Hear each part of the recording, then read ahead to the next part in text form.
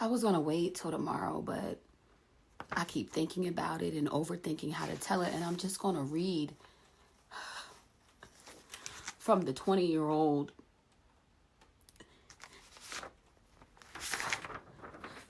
that wrote this about that day.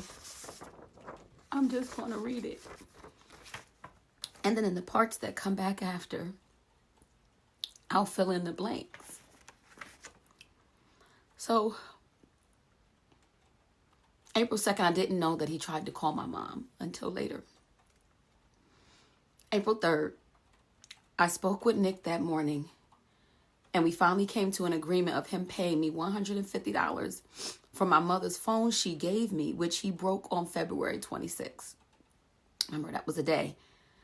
That was the first initial.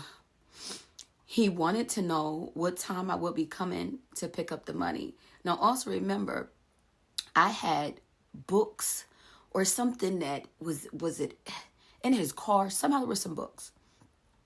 And, okay, I'll be coming to pick up. I would not tell him I did not want to see him. Wait, let me, fuck. Okay.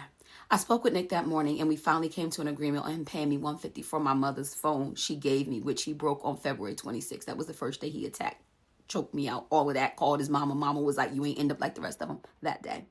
He wanted to know what time I'll be coming by to pick up the money and the few books that I had left. He would be leaving it in a mailbox on the front porch outside of his house.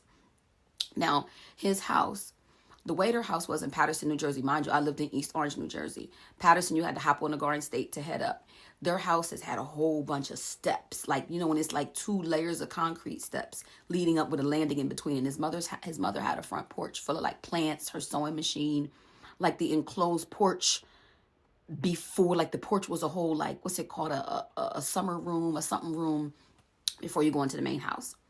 Now, he wanted to know what time I was coming, but I said I would not tell him because I did not want to see him. He told me he had to take his daughter somewhere. I recall, I think it was a doctor's appointment before 10. So in my mind, I figured I would stop by while he was gone. Plus, I had to get a copy of the police report from March 27th. Anyway, now you probably wondering, girl, he was already outside. I know I am. 48-year-old Roxanne is like to 20-year-old Roxanne, did you really need the money that bad? Couldn't you have got it from me, Sean, aka Billy? Couldn't you got it from? But guess what? I didn't want to entangle him in that. I didn't want him to know, other than him seeing at the grocery store, I was dealing with a true crazy, I guess. And I didn't tell my parents.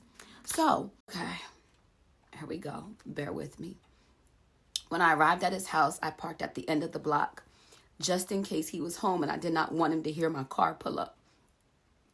When I began walking up the front steps to the mailbox, Nick came out of the side of the house and he grabbed me by my neck.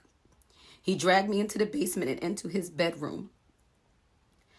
After raping me, which he did by choking my neck the entire time, I remember this fucking, he gave me a wash rag and told me to have a great day at school. He also told me not to forget the money and my books. On the way out, I really thought he was going to allow me to leave.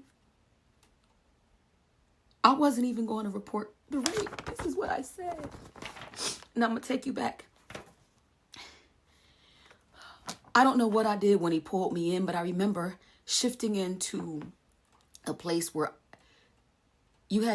I had to play like I'm not going to fight and I'm just going to go along with this.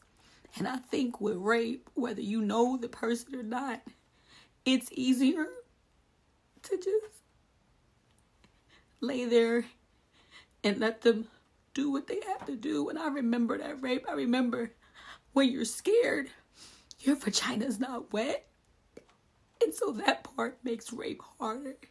And I remember him force himself and me zoning out and feeling like that's all he wanted.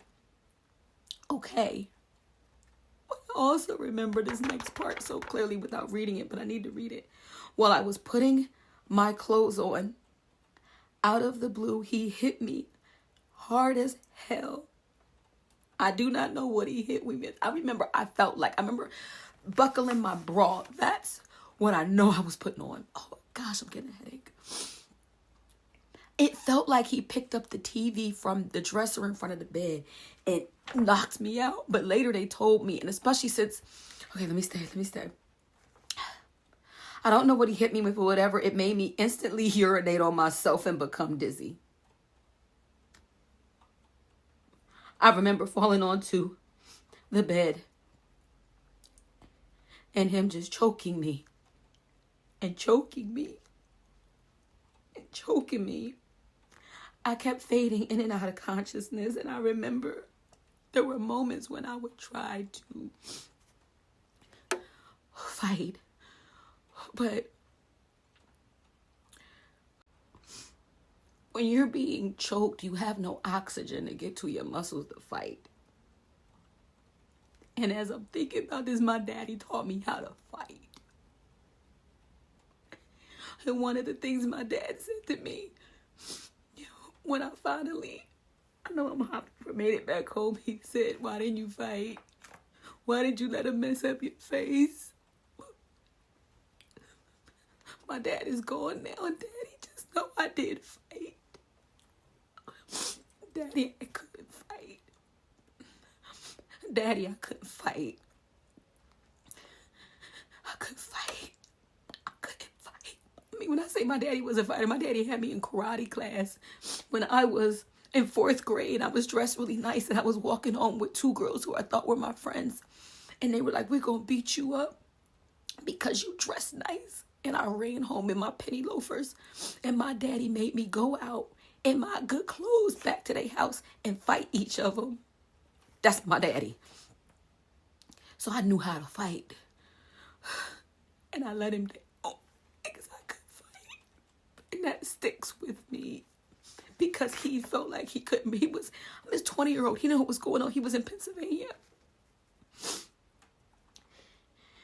So in between and out of conscious, I remember at one point I was able to come up, but I collapsed on the floor. And this motherfucker was on top of me. So imagine you be face down, laid down, and your head's down, and you're being choked from the back. You can't fight.